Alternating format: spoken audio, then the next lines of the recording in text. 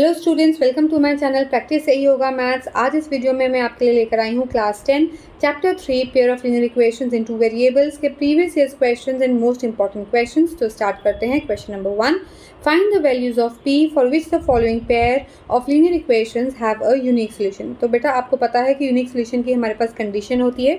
तो सबसे पहले हम कंडीशन लिखेंगे। यूनिक सोल्यूशन की कंडीशन होती है for unique solution a1 upon a2 is not equal to b1 upon b2। ठीक है, तो ये कंडीशन याद होना बहुत इंपॉर्टेंट है। अगर ये कंडीशन नहीं आती होगी तो आप ये क्वेश्चन नहीं कर सकते। तो यहाँ पे a1 अपॉन a2 की हम वैल्यू लिख लेते हैं। a1 होता है x का कॉफिशिएंट इस इक्वेशन में और a2 जो है x का कॉफिशिएंट दूसरी इक्वेशन में है। तो यहाँ पे लिखेंगे 4/2 is not equal to b1 upon b2। b1 जो है वो y का कॉफिशिएंट फर्स्ट इक्वेशन में और b2 y का कॉफिशिएंट सेकेंड इक्वेशन में। तो p/2 आ गया। ठीक है, तो अब हम इसे क्या करेंगे, क्रॉस मल्टीप्लाई करेंगे। तो यहाँ पे आ जाएगा मेरे पास 8/2 is not equal to p, और I can write it as p is not equal to, यहाँ पे 2 1 2 2 4 8, तो p is not equal to 4 आ गया। पर क्वेश्चन पूछा था find the value of p so that these equations have a unique solution. तो इसका मतलब p कोई भी वैल्यू ले सकता है बट 4 नहीं ले सकता। तो हम लिखेंगे therefore p can take any real value except 4। ठीक है, आपने ये जो क्वेश्चन है वो p is not equal to 4 तक नहीं छोड़ना है। आपने ये लाइन लिखनी है कि p की कोई भी रियल वैल्यू हो सकती है, 4 नहीं हो सकती। ठीक है, सो ये हमारा क्वेश्चन नंबर 1। स्टार्ट करते हैं question number 2। Find the value और values of k for which the following pair of linear equations will have infinitely many solutions. तो इनफाइनाइटली मेनी सॉल्यूशंस की कंडीशन लिखते हैं। फॉर इनफाइनाइटली मेनी सॉल्यूशंस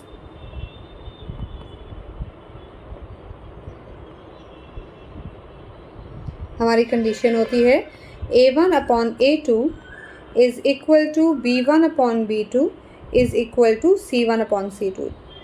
ठीक है, तो यहाँ पे हमारा a1 है k, a2 है 12, b1 है 3 और b2 है k, c1 है हमारा माइनस के साथ k माइनस 3 और c2 है माइनस k। ठीक है, तो माइनस का साइन ज़रूर कंसीडर करना है। अब हम इन वैल्यूज़ को सब्स्टिट्यूट करते हैं। तो मेरे पास आ जाएगा k upon 12 is equal to 3 upon k is equal to minus k minus 3 upon minus k।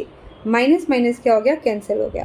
बेटा अब हमारे पास यहाँ पे दो केसेस बनेंगे, तो हमने दो केसेस लेने हैं। सबसे पहले हम ये वाला केस लेंगे, इसे हम बोलेंगे केस 1। ठीक है, और हम इसके बाद ये वाले दोनों पार्ट्स लेंगे और इसे हम बोलेंगे केस 2। ठीक है, कई बच्चे सिर्फ केस 1 सॉल्व करते हैं तो उनका आंसर जो है वो प्रॉपर नहीं आता और उनके मार्क्स कट जाते हैं, उन्हें समझ नहीं आता कि मार्क्स कैसे कटे हैं। तो हमने इस क्वेश्चन में दो केसेस लेने हैं। तो सबसे पहले हम केस 1 सॉल्व करेंगे। केस 1 है k upon 12 is equal to 3 upon k। तो यहाँ पे क्रॉस मल्टीप्लाई करेंगे तो k उधर जाके मल्टीप्लाई हो गया तो मेरे पास आ गया k स्क्वायर, और 12 उधर जाके 3 से मल्टीप्लाई हो गया तो मेरे पास आ गया 36, और k की वैल्यू आ जाएगी plus minus square root of 36। तो जब भी हमने स्क्वायर रूट लेना है प्लस माइनस दोनों साइंस लगाने हैं। सो k की वैल्यू आ गई प्लस माइनस रूट 36 होता है 6। तो यहाँ से मेरे पास दो वैल्यूज़ आ गई k की, एक प्लस 6 और एक माइनस 6। अब हम केस 2 करेंगे, यहीं पर करते हैं केस 2। केस 2 है 3 upon k is equal to k minus 3 upon k।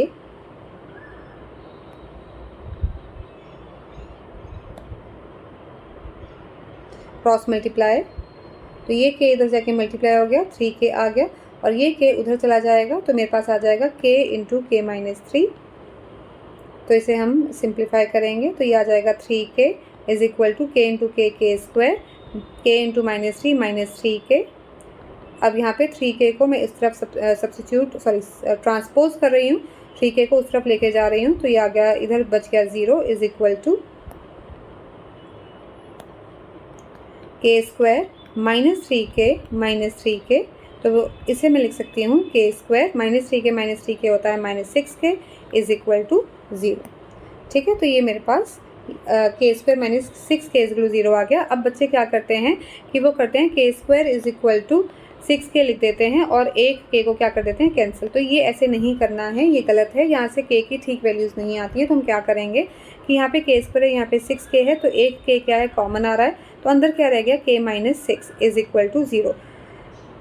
अब यहाँ पे क्या करेंगे, दो फैक्टर्स का जब प्रोडक्ट 0 होता है इसका मतलब या तो k इज इक्वल टू 0 है या फिर k minus 6 is equal to 0 है। तो यहाँ से मेरे पास k की वैल्यू क्या आ जाएगी, 6 आ जाएगी। तो यहाँ पे भी मेरे पास दो वैल्यूज़ आ रही हैं, एक k की वैल्यू आ रही है 0, एक k की वैल्यू आ रही है 6। और केस 1 में भी मेरे पास दो वैल्यूज़ आई थी, एक आई थी k की वैल्यू 6 आई थी और k की वैल्यू क्या आई थी माइनस 6। तो जब हमने दो केसेस में से k की वैल्यू निकाली है उसके बाद हमने चेक करना है कि कौन सी कॉमन वैल्यू है। यहाँ पे k इज इक्वल टू 6 है, यहाँ पे k इज इक्वल टू 6 है, ये हमारी क्या है कॉमन वैल्यू है। k is equal to minus 6 इधर है बट इधर नहीं है, और k इज इक्वल टू 0 यहाँ पे है तो यहाँ पे नहीं है। तो जो हमारी कॉमन वैल्यू आती है वो हमारा फाइनल आंसर है। तो यहाँ पे हम लिखेंगे therefore the value of k is 6। ठीक है, ये हमारा इस क्वेश्चन का आंसर है। स्टार्ट करते हैं next question. Question 3, find the value और values of k for which the following pair of linear equations have no solution. तो हमने सबसे पहले नो सॉल्यूशन की कंडीशन लिखेंगे। फॉर नो सॉल्यूशन हमारी कंडीशन होती है a1 upon a2 is equal to b1 upon b2 is not equal to c1 upon c2। ठीक है, यहाँ पे a1 है k, a2 है 12, b1 है 3, b2 है k और c1 है k माइनस 3 और c2 है k। तो हम वैल्यू सब्स्टिट्यूट करेंगे। k upon 12 is equal to 3 upon k is not equal to k minus 3 upon k। तो ये हमारा केस 1 है और ये हमारा केस 2 है। ठीक है, तो case 1 k upon 12 is equal to 3 upon k, cross multiply करेंगे, k into k is k square, 12 into 3 is 36, तो k square is equal to 36। तो k की वैल्यू आ जाएगी प्लस माइनस रूट 36। तो यहाँ पे आ गया k is equal two plus minus 6। तो यहाँ पे हमारे पास k की दो वैल्यूज़ हैं, एक है प्लस 6 और एक है माइनस 6। ठीक है, case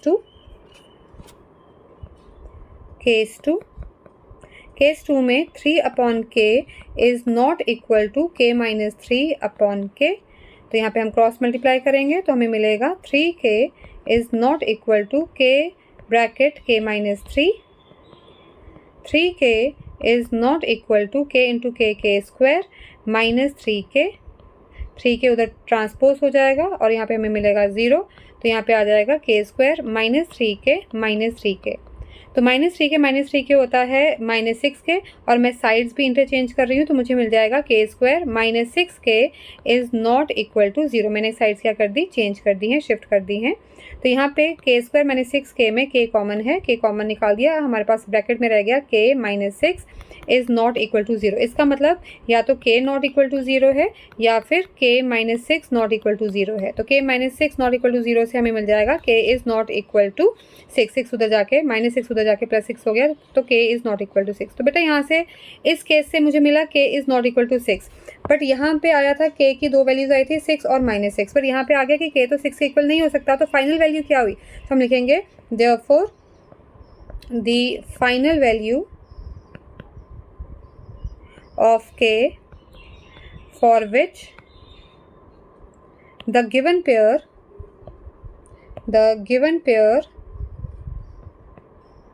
of equations have no solution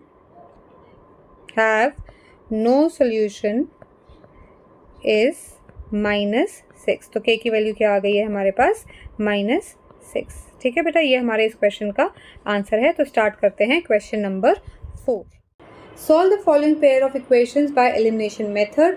ये क्वेश्चन बहुत ही इंपॉर्टेंट है from examination point of view. बच्चे इसे सब्स्टिट्यूशन मेथड से थोड़े लॉन्ग मेथड से कर लेते हैं, पर जब आपको मेथड ही यहाँ पे स्पेसिफिकली दिया हो तो आपको एलिमिनेशन मेथड ही यूज़ करना पड़ेगा। तो ये एक स्पेसिफिक टाइप का क्वेश्चन है। यहाँ पे देखिए इन दोनों इक्वेशंस में जो x का कॉफिशिएंट फर्स्ट इक्वेशन में है 43, वही जो है वो y का कॉफिशिएंट है इन द सेकेंड इक्वेशन 43। ऐसे ही जो फर्स्ट इक्वेशन में y का कॉफिशिएंट है 67, वही सेकेंड इक्वेशन में x का कॉफिशिएंट है 67।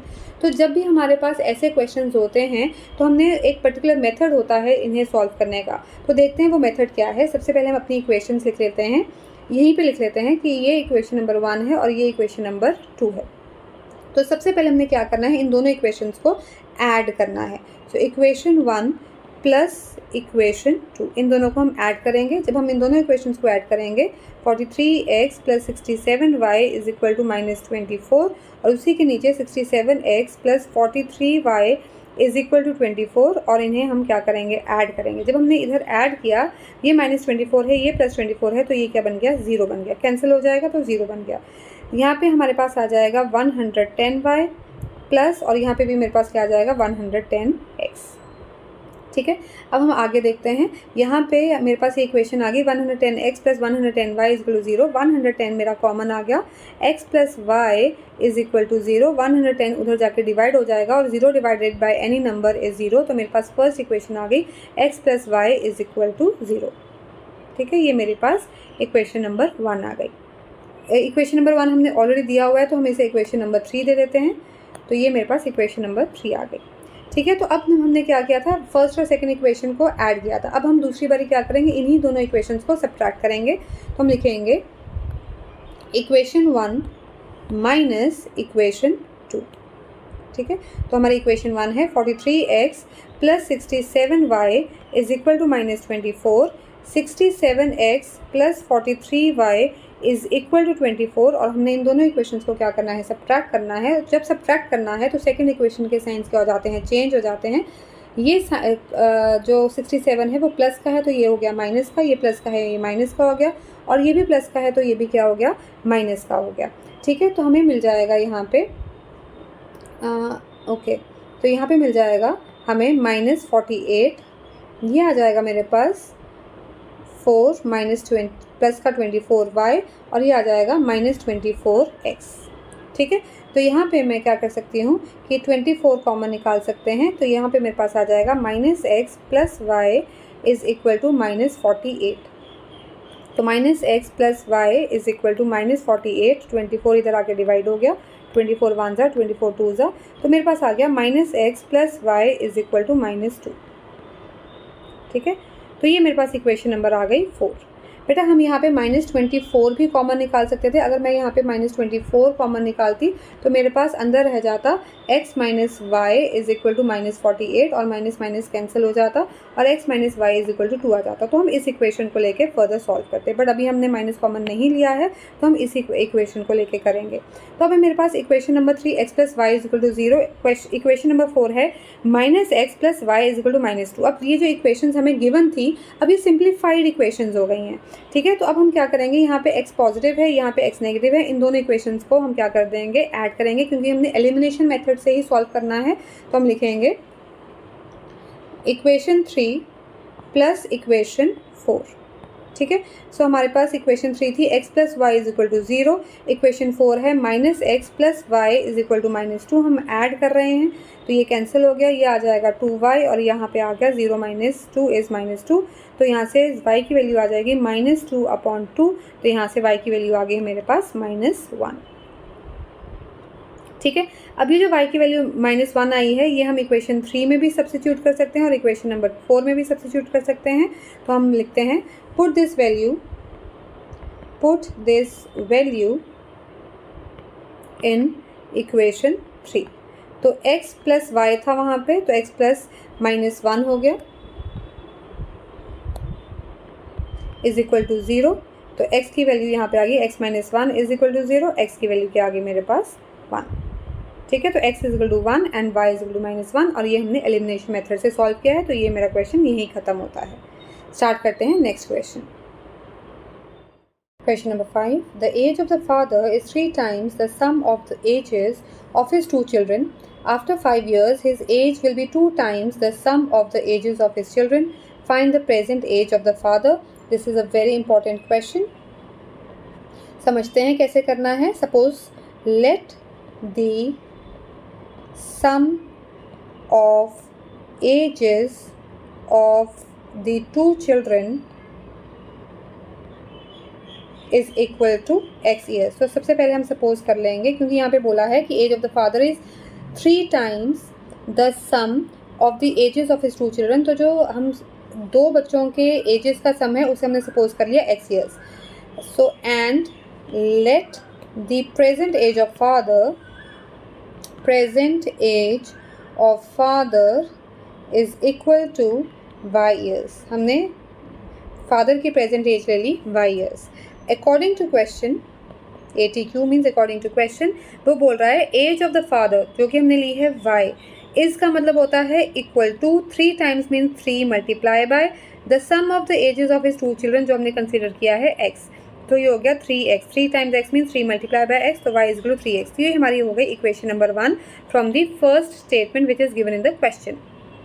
अब हम सेकेंड स्टेटमेंट पढ़ते हैं, सेकेंड सेंटेंस पढ़ते हैं।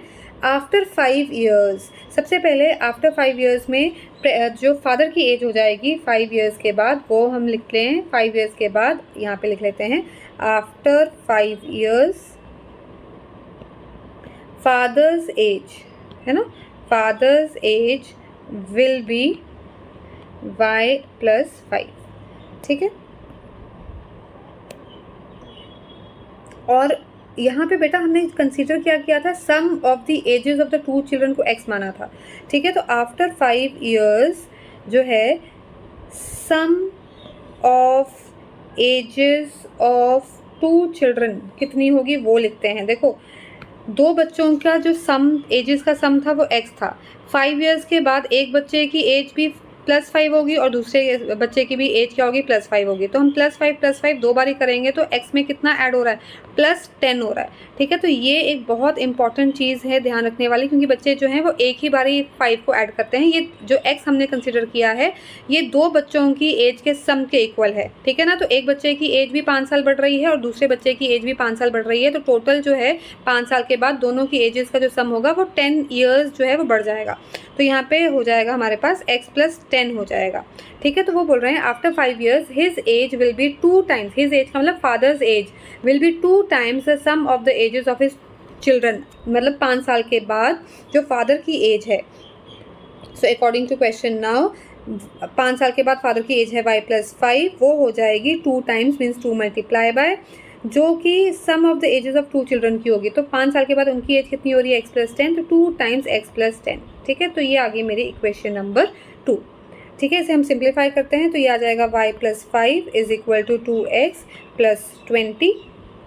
इसे हम फर्दर सॉल्व करते हैं तो यहाँ पे 5 को उधर ट्रांसपोज कर देंगे, तो यहाँ पे मेरे पास आ जाएगा y is equal to 2x + 20 - 5, तो y की वैल्यू आ जाएगी 2x + 15, ठीक है। तो हम ये इक्वेशन नंबर 1 से जो y की वैल्यू 3x थी वो यहाँ पे हम क्या कर देंगे, सब्स्टिट्यूट करेंगे। तो यहाँ पे मेरे पास आ जाएगा 3x is equal to 2x + 15 और यहाँ पे लिखेंगे यूजिंग इक्वेशन 1 या फ्रॉम 1 भी लिख सकते हैं, ठीक है। उसके बाद यहाँ पे 3x 2x को मैं इधर जाके शिफ्ट करूँगी, ट्रांसपोज करूँगी तो वो माइनस को हो जाएगा इज इक्वल टू 15, तो x की वैल्यू क्या आ गई मेरे पास 15 आ गई। x क्या था, x था sum of the ages of the 2 children, तो 2 बच्चों के जो एज का सम है वो कितना है 15 है। बट क्वेश्चन में पूछा है हमें find the present age of the father, और फादर की प्रेजेंट एज क्या है y, और y किसके इक्वल है 3x के इक्वल है। तो हम यहाँ पे लिखेंगे therefore y is equal to 3x which is equal to 3 into 15, so y is equal to 45। y की वैल्यू कितनी आ गई 45 आ गई, 15 3 = 45, तो यहाँ पे हम लिखेंगे therefore the present age of the father is 45 years, ठीक है। Present age of the father is 45 years, ये हमारे इस क्वेश्चन का आंसर है, ठीक है बेटा। Next question, question number 6, the sum of a 2-digit number and the number obtained by reversing the digits is 66. If the digits of the number differ by 2, find the number. How many such numbers are there?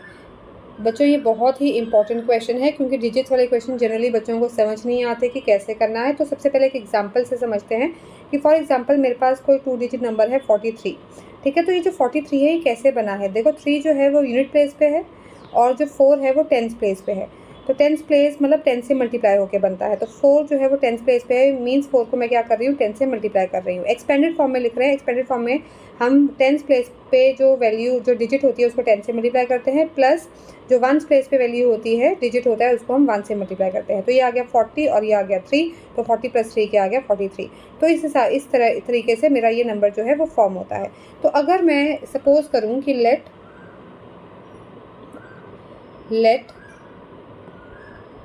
the digit at unit place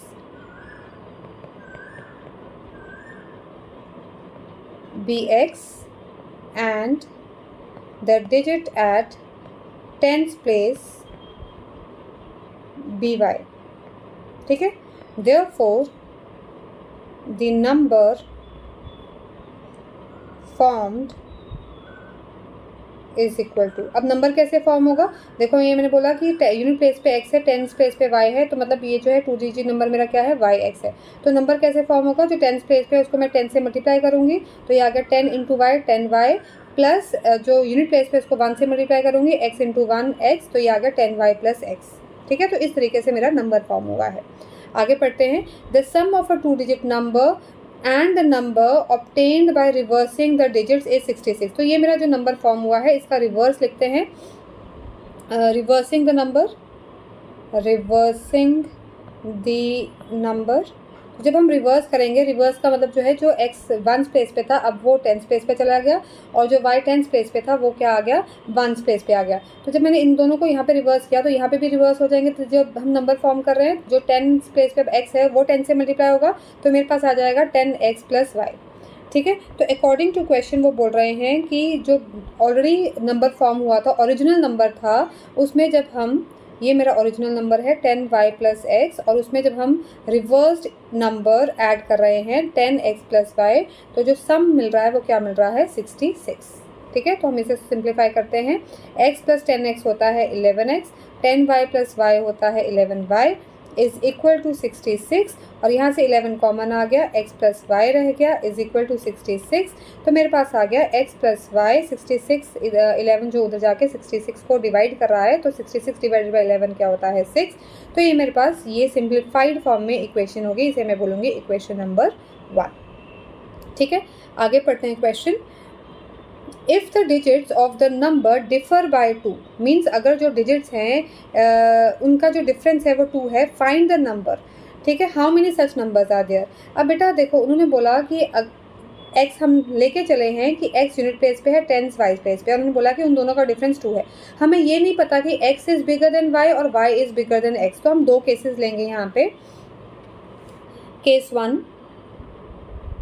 one let, हमने tense place पे यहाँ पे लिया था y, तो सबसे पहले हम y एज्यूम करते हैं। Let y is bigger than x, तो हम कर लेंगे y - x is equal to 2 according to question, ठीक है। Difference of the digits y - x। और दूसरा हम केस लेंगे जहाँ पे हम y स्मॉलर देन x ले लेंगे, ठीक है। तो हम यहाँ पे ले लेंगे इसको इक्वेशन नंबर 2, और जो दूसरा केस लेंगे उसमें हम लेंगे केस 2, उसमें लेंगे let x is bigger than y, तो यहाँ पे आ जाएगा x - y is equal to 2, और इसे मैं लिख लेती हूँ इक्वेशन नंबर 3, ठीक है। तो हम ये दोनों केसेस लेके सॉल्व करेंगे। सबसे पहले हम केस 1 लेते हैं, इक्वेशन नंबर 1 और इक्वेशन नंबर 2 को सिंप्लीफाई करते हैं।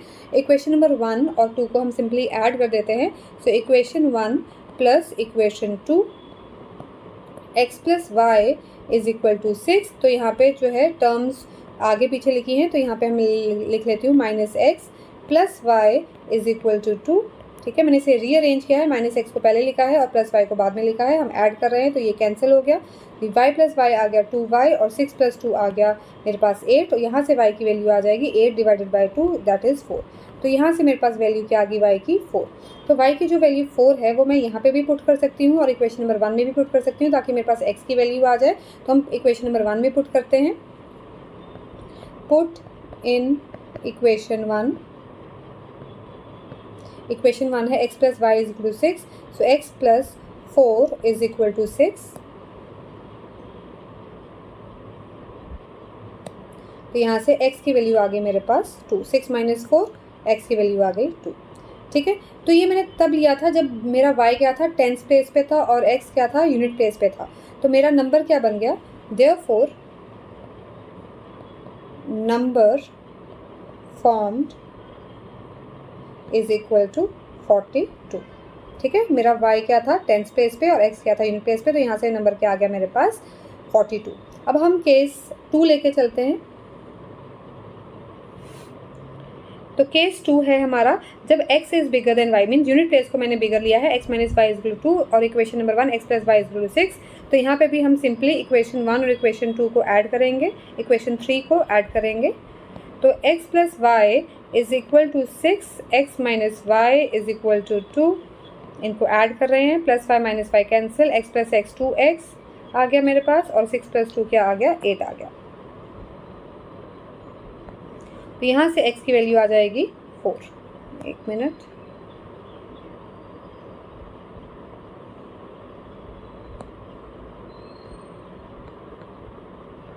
तो x की वैल्यू 4 आ गई। तो ये जो x की वैल्यू 4 है वो हम यहाँ पे इक्वेशन नंबर 3 या इक्वेशन नंबर 1 में भी पुट कर सकते हैं।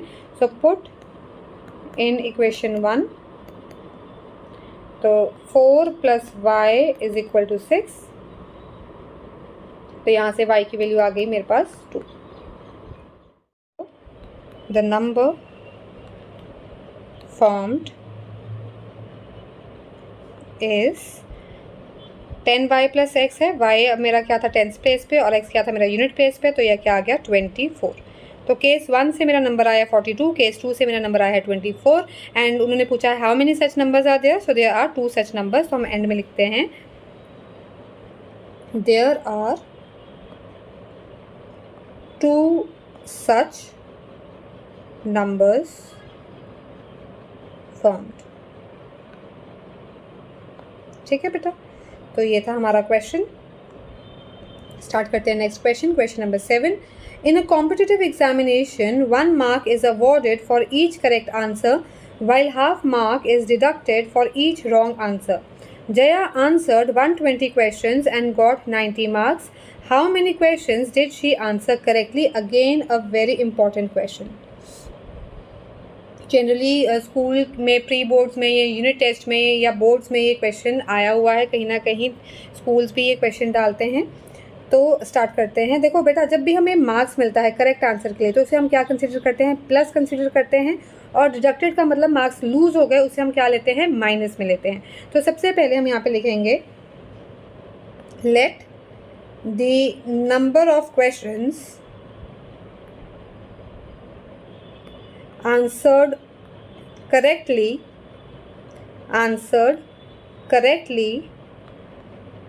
is equal to x। ठीक है, and number of questions answered wrong is equal to y। ठीक है, तो x क्वेश्चन जो है वो करेक्टली आंसर हुए हैं, y जो है वो गलत हुए हैं। टोटल नंबर ऑफ क्वेश्चन उसने कितने आंसर किए हैं, जया आंसर्ड 120 क्वेश्चन। तो यहाँ पे लिखेंगे अकॉर्डिंग टू क्वेश्चन। तो हमारी फर्स्ट इक्वेशन बन गई x plus y, means x ठीक हुए हैं, y गलत हुए हैं, और टोटल क्वेश्चंस कितने आंसर किए हैं उसने 120। So x plus y is equal to 120। ये हमारी क्या हो गई, इक्वेशन नंबर 1। ठीक है, अब वो बोल रहे हैं गॉट 90 मार्क्स। ठीक है, तो यहाँ पे उन्होंने बोला कि हर करेक्ट आंसर के लिए 1 मार्क जो है वो मिल रहा है, अवार्ड हो रहा है, और हाफ मार्क जो है वो डिडक्ट हो रहा है फॉर ईच रॉन्ग आंसर। ठीक है, और उसे 90 मार्क्स मिल रहे हैं।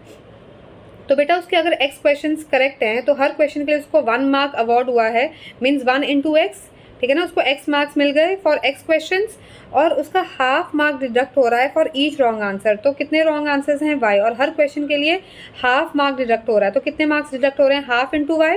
ठीक है ना, तो हाफ इंटू y जो है वो मार्क्स उसके डिडक्ट हो गए, डिडक्ट का मतलब माइनस हो गए, और उसके टोटल मार्क्स कितने आए हैं, 90 आए हैं। तो हमारी सेकेंड इक्वेशन क्या बन गई, तो हमारी सेकेंड इक्वेशन बन गई 1 into x minus half into y is equal to 90। Means 1 mark मिला है हर करेक्ट आंसर के लिए। तो x क्वेश्चंस हैं तो करेक्ट आंसर्स हैं तो x इंटू 1, और y रॉन्ग आंसर्स हैं, हर रॉन्ग आंसर के लिए हाफ मार्क डिडक्ट हुआ है, तो y रॉन्ग आंसर्स के लिए हाफ y डिडक्ट होगा। डिडक्ट का मतलब होता है माइनस। तो ये बन गया x minus half y is equal to 90। ठीक है, तो इसे हम सिंप्लीफाई कर लेते हैं। यहाँ पे हमारा LCM आ जाएगा 2, तो तो ये आ गया 2x minus y is equal to 90। तो हम इसे लिख सकते हैं 2x minus y is equal to 180। ठीक है, तो इसे हम दे देंगे इक्वेशन नंबर 2। ठीक है, ये 2 इधर जाके मल्टीप्लाई हो गया तो हमारे पास क्या आ गया, 180 आ गया। अब हम इक्वेशन नंबर 1 और इक्वेशन नंबर 2 को हमने सिंप्लीफाई करना है। हम एलिमिनेशन मेथड या सब्स्टिट्यूशन मेथड कोई भी मेथड यूज़ कर सकते हैं, बट यहाँ पे एलिमिनेशन मेथड यूज़ कर लेते हैं। यहाँ पे प्लस वाई है और यहाँ पे माइनस वाई है। जब हम इन दोनों इक्वेशंस को ऐड करेंगे तो वाई और वाई क्या हो जाएगा, कैंसिल हो जाएगा। तो हम यहाँ पे लिखते हैं adding equation 1 and 2, x plus y is equal to 120, 2x minus y is equal to 180। हम ऐड कर रहे हैं तो ये कैंसिल हो गया, x प्लस 2x हो गया 3x और 120 प्लस 180 हमारा होता है 300। तो यहाँ से x की वैल्यू आ गई 300 डिवाइडेड बाई 3, x की वैल्यू आ गई 100। ठीक है, x 100 है, हम y की वैल्यू भी निकाल सकते हैं। यहाँ पे put in equation number 1, equation 1 थी x plus y is equal to 120, so put in 100 plus y is equal to 120। तो y की वैल्यू आ गई 120 माइनस 100, तो y की वैल्यू आ गई 20। तो वैसे उन्होंने ये पूछा नहीं था कि कितने रॉन्ग हुए हैं, उन्होंने सिर्फ करेक्ट क्वेश्चंस पूछे थे। तो 100 जो है वो करेक्ट क्वेश्चंस हैं, तो यहाँ पे हम लिख देंगे एंड में। उन्होंने पूछा है how many questions did she answer correctly, so therefore Jaya answered 100 questions correctly. ठीक है बेटा, आई होप ये क्वेश्चन आपको समझ में आया होगा। तो ये क्वेश्चन खत्म होता है, स्टार्ट करते हैं next question. Question number 8, find the relation between p and q if x is equal to 3 and y is equal to 1 is the solution of the pair of equations this and this। तो ये हम पहले equation लिखते हैं, x minus 4y plus p is equal to 0 and दूसरी equation है 2x plus y minus q minus 2 is equal to 0। हमने p और q में रिलेशन फाइंड आउट करना है और गिवन है कि x की वैल्यू 3 और y की जो वैल्यू 1 है वो इन दोनों इक्वेशंस का सोल्यूशन है। तो वो इन दोनों इक्वेशंस को क्या कर रही है, सेटिस्फाई कर रही है। तो हम वो वैल्यूज पुट करेंगे।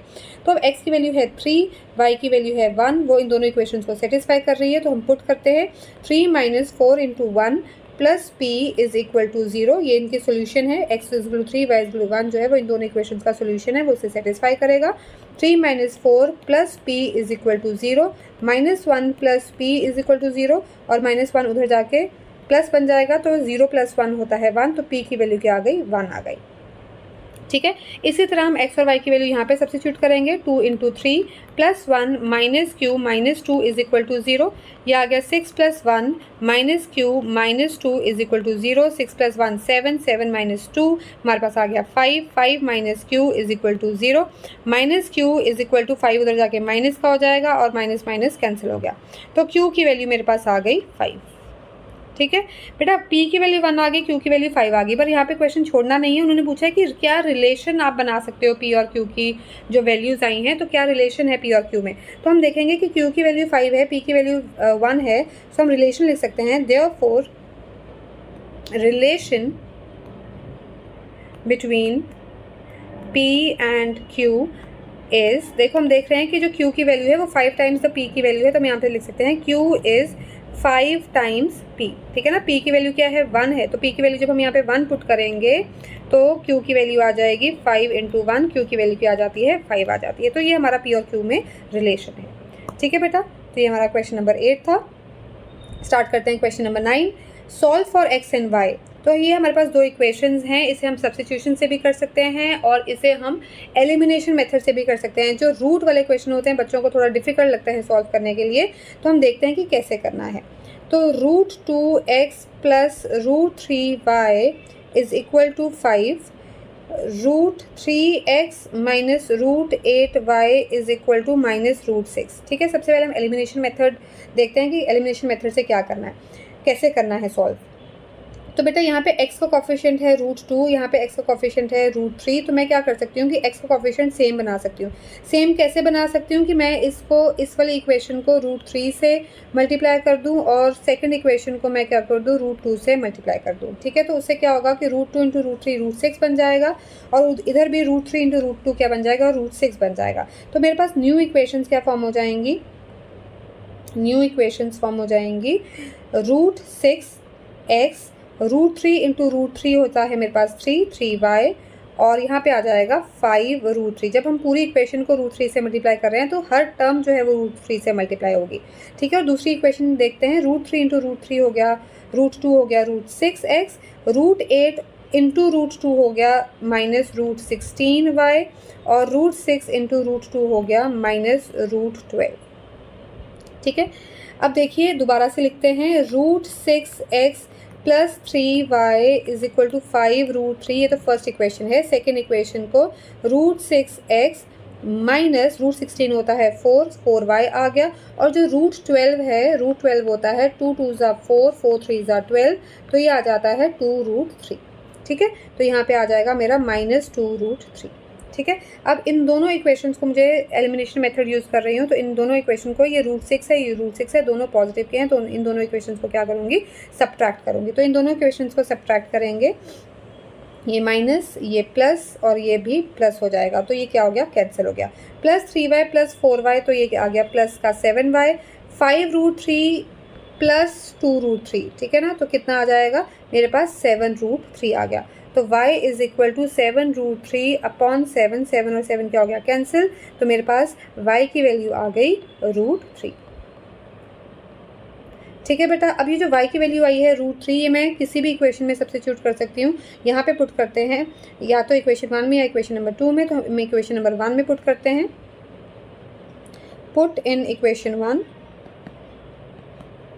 इक्वेशन 1 है √2x plus √3y is equal to 5। एक बार फिर चेक कर लेते हैं, √2x plus √3y is equal to 5, इसमें वैल्यू पुट करते हैं।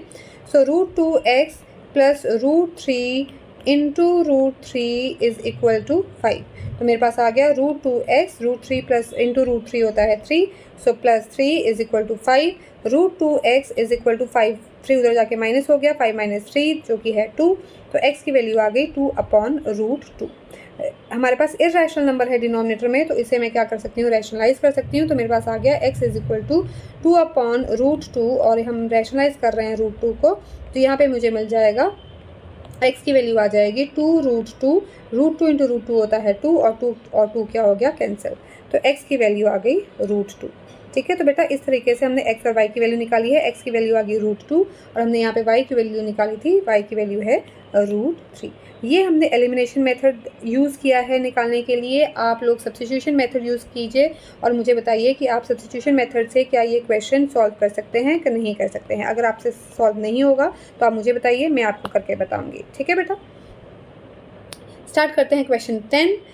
Places A and B are 100 km apart on a highway. One car starts from A and another car from B at the same time. If the cars travel in the same direction at different speeds, they meet in 5 hours. If they travel towards each other, they meet in 1 hour. What are the speeds of the two car? Again ये बहुत important question है, ये पिछले साल ही board exam में आया था। तो देखते हैं कि कैसे करना है ये क्वेश्चन। सबसे पहले हमें डिस्टेंस का फॉर्मूला पता होना चाहिए। डिस्टेंस का फॉर्मूला होता है स्पीड इंटू टाइम। ठीक है, distance is equal to speed into time, तो ये फॉर्मूला इस क्वेश्चन में लगेगा। तो यहाँ पे ए और बी जो हैं वो दो प्लेसेस हैं, तो यहाँ पे हम देखते हैं कि ए और बी जो हैं वो दो प्लेसेस हैं जो कि 100 किलोमीटर्स अपार्ट है। ठीक है, one car starts at A and another car from B at the same time. तो एक कार यहाँ से स्टार्ट हुई है, दूसरी कार बी से स्टार्ट हुई है। तो पहला केस है, हम ये केस 1 लेके चल रहे हैं। Case 1, if the cars travel in the same direction, same direction means A, suppose हम कर लेते हैं ए भी इस डायरेक्शन में जा रही है और बी भी इस डायरेक्शन में जा रही है। एट डिफरेंट स्पीड, और उन दोनों की स्पीड अलग अलग है। They meet in 5 hours. Suppose ये इधर जा रही है और ये भी इधर जा रही है, तो ये दोनों एक ही डायरेक्शन में जा रहे हैं। तो सपोज ये आ गया पॉइंट पी और यहाँ पे जी आके क्या कर गए हैं, मीट कर गए हैं। 5 आवर्स में ये दोनों जो कार्स हैं मीट कर गई हैं, ठीक है। तो ये मेरा केस है 1। दूसरा केस हम बाद में लिखेंगे। तो सपोज करेंगे लेट द स्पीड ऑफ, देखो प्लेस ए है तो कार एट ए लिख लेते हैं या कार ए लिख देते हैं। Let the speed of car A B x kilometer per hour and the speed of car B y kilometers per hour, ठीक है। तो हम स्पीड हमने x और y दे दिया है, टाइम हमने दिया है कि वो 5 आवर्स में मीट कर रहे हैं। Time is equal to 5 hours जहाँ पे वो मीट कर रहे हैं। अब देखो बेटा, ये जो फिगर बनाई है इसके अकॉर्डिंग आपके पास जो ए पी है, ठीक है ना, ए से लेके पी जो डिस्टेंस है वो किसका सम है, ए बी का डिस्टेंस प्लस बी पी का डिस्टेंस, ठीक है ना, ये सम है। यहाँ से मैं ए बी की वैल्यू निकाल सकती हूँ। ए बी क्या आ जाएगा मेरे पास, जब मैं बी पी को इधर लेके सब्ट्रैक्ट करूँगी तो ए बी आ जाएगा मेरे पास A P minus B P. अब मैंने ये क्यों लिखा है, ये सारे क्या है, डिस्टेंस है। ए बी डिस्टेंस है, distance between A and B क्या है, मेरे पास 100 है। तो ये तो मेरे पास 100 है, पर ए पी का डिस्टेंस कितना है और बी पी का डिस्टेंस कितना है वो हम निकालते हैं। देखो ए पी मीन्स जो कार ए से चली कितनी स्पीड है उसकी, x किलोमीटर पर आवर, और जब वो पी पे पहुंच रही है कितने टाइम में पहुंच रही है, 5 आवर्स में। तो ये ए पी क्या है, मेरा डिस्टेंस है। डिस्टेंस इज इक्वल टू क्या है, मेरा स्पीड इनटू टाइम है। तो स्पीड है x और टाइम है 5, तो ये क्या आ गया, 5x आ गया। तो ए पी कितना आ गया, 5x। तो यहाँ पे इसको हम सब्स्टिट्यूट कर देते हैं। ऐसे ही बी पी क्या है, स्पीड इनटू टाइम। तो बी की स्पीड कितनी है कार की, वो है y, और टाइम है वो भी 5 आवर्स में वो मीट कर रहा है एट पॉइंट P। तो ये कितना आ गया, 5y। तो यहाँ पे हम पुट कर देंगे 5y, ठीक है बेटा, समझ में आया। अब यहाँ पे 100 एज इट इज़ लिखेंगे और यहाँ पे 5 कॉमन है, 5 कॉमन निकाल देंगे, x माइनस वाई आ गया। 5 इधर जाके डिवाइड हो जाएगा 100 के साथ, तो 100 डिवाइडेड बाय 5 होता है 20। यहाँ पे लिख दिया x माइनस 5, और इसकी मैं साइड चेंज कर रही हूँ तो ये आ जाएगा x minus y is equal to 20, और ये हो गई मेरी इक्वेशन नंबर 1, ठीक है। अब हम चलते हैं केस 2 की तरफ। केस 2 है if they travel in towards each other, if they travel towards each other, एक दूसरे की तरफ वो जो है ट्रेवल कर रहे हैं। दे मीट इन 1 आवर, तो हमारा केस 2 है। केस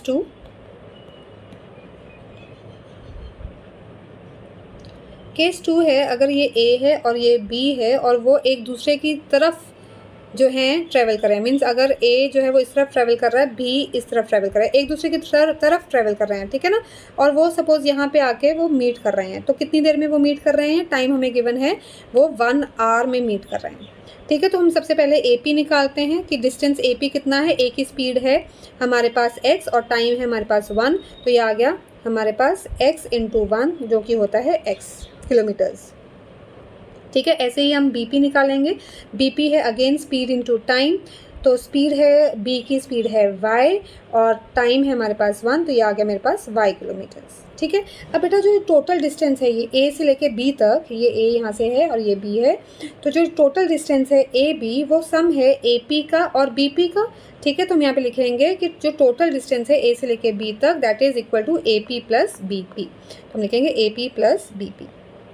अब जो ये डिस्टेंस है ए बी, ये हमें दिया हुआ है कि जो दो प्लेसेस हैं कितने किलोमीटर्स अपार्ट हैं, ये 100 किलोमीटर्स अपार्ट है, मीन्स ए से लेके बी तक की जो दूरी है वो 100 किलोमीटर्स है। तो यहाँ पे लिखेंगे 100, ए पी हमने निकाला है x और बी पी मैंने निकाला है y, तो ये मेरे पास आ गया। इसको हम दूसरी तरह इसकी डायरेक्शन चेंज करते हैं, x plus y is equal to 100, तो ये मेरे पास आ गई इक्वेशन नंबर 2, ठीक है। आई होप आपको दोनों इक्वेशन समझ में आए होंगे कि हमने कैसे क्रिएट की हैं। x plus y is equal to 100 and x minus y is equal to 20। अब दोनों इक्वेशंस को हम जैसे मर्जी सिंप्लीफाई कर सकते हैं, या सब्स्टिट्यूशन से या फिर एलिमिनेशन से। तो एलिमिनेशन इज ईजी, यहाँ पे माइनस वाई है, यहाँ पे प्लस वाई है। मैं सिंपली इक्वेशन 1 और इक्वेशन 2 को क्या कर दूँगी, ऐड कर दूँगी। तो यहाँ पे लिखते हैं एडिंग इक्वेशन 1 एंड 2, तो इक्वेशन 1 है मेरी x minus y is equal to 20, equation 2 है x plus y is equal to 100। तो यहाँ पे हमने इसे ऐड किया और ये कैंसिल हो गया, ये आ गया मेरे पास 2x और ये आ गया मेरे पास 120। एक बार चेक कर लेते हैं, x minus y is equal to 20 था, x plus y is equal to 100 था, ठीक है। तो ये आ गया 2x और ये आ गया 120, तो x की वैल्यू आ गई 120 डिवाइडेड बाई 2, तो x की वैल्यू आ गई मेरे पास 60। अब ये जो x की वैल्यू है वो हम इक्वेशन 1 या इक्वेशन 2 में पुट कर सकते हैं, तो किसी भी इक्वेशन में पुट करते हैं। पुट इन इक्वेशन 2, इक्वेशन 2 है मेरी x plus y is equal to 100, तो यहाँ पे पुट करते हैं, तो ये आ गया 60 plus y is equal to 100, यहाँ से y आ जाएगा मेरे पास 100 माइनस 60, तो यहाँ पे मेरे पास y की वैल्यू आ गई 40, ठीक है। तो x था स्पीड जो थी कार A की और y था स्पीड ऑफ कार B, तो उन्होंने हमसे पूछा है, यहाँ पे हम देख लेते हैं what are the speeds of the two cars, तो यहाँ पे लिखेंगे therefore speed of the two cars is 60 kilometer per hour and 40 kilometer per hour. Units लिखने बहुत इंपॉर्टेंट हैं, यहाँ पे अपना क्वेश्चन नहीं छोड़ना है एक्स और वाई पे, एंड में आपको ये स्टेटमेंट लिखनी है विद यूनिट्स, ठीक है बेटा। तो ये था मेरा क्वेश्चन नंबर 10। सभी क्वेश्चंस की आपने प्रैक्टिस करनी है, बहुत इंपॉर्टेंट क्वेश्चंस हैं, पर जब तक आप रिटन प्रैक्टिस नहीं करेंगे तब तक आपसे ये क्वेश्चन सॉल्व नहीं होंगे। तो इनकी रिटन प्रैक्टिस करनी है, क्योंकि प्रैक्टिस से ही होगा maths. Write your valuable feedback in the comment section. Like, share, subscribe to my YouTube channel. Practice से ही होगा maths. Thank you for watching.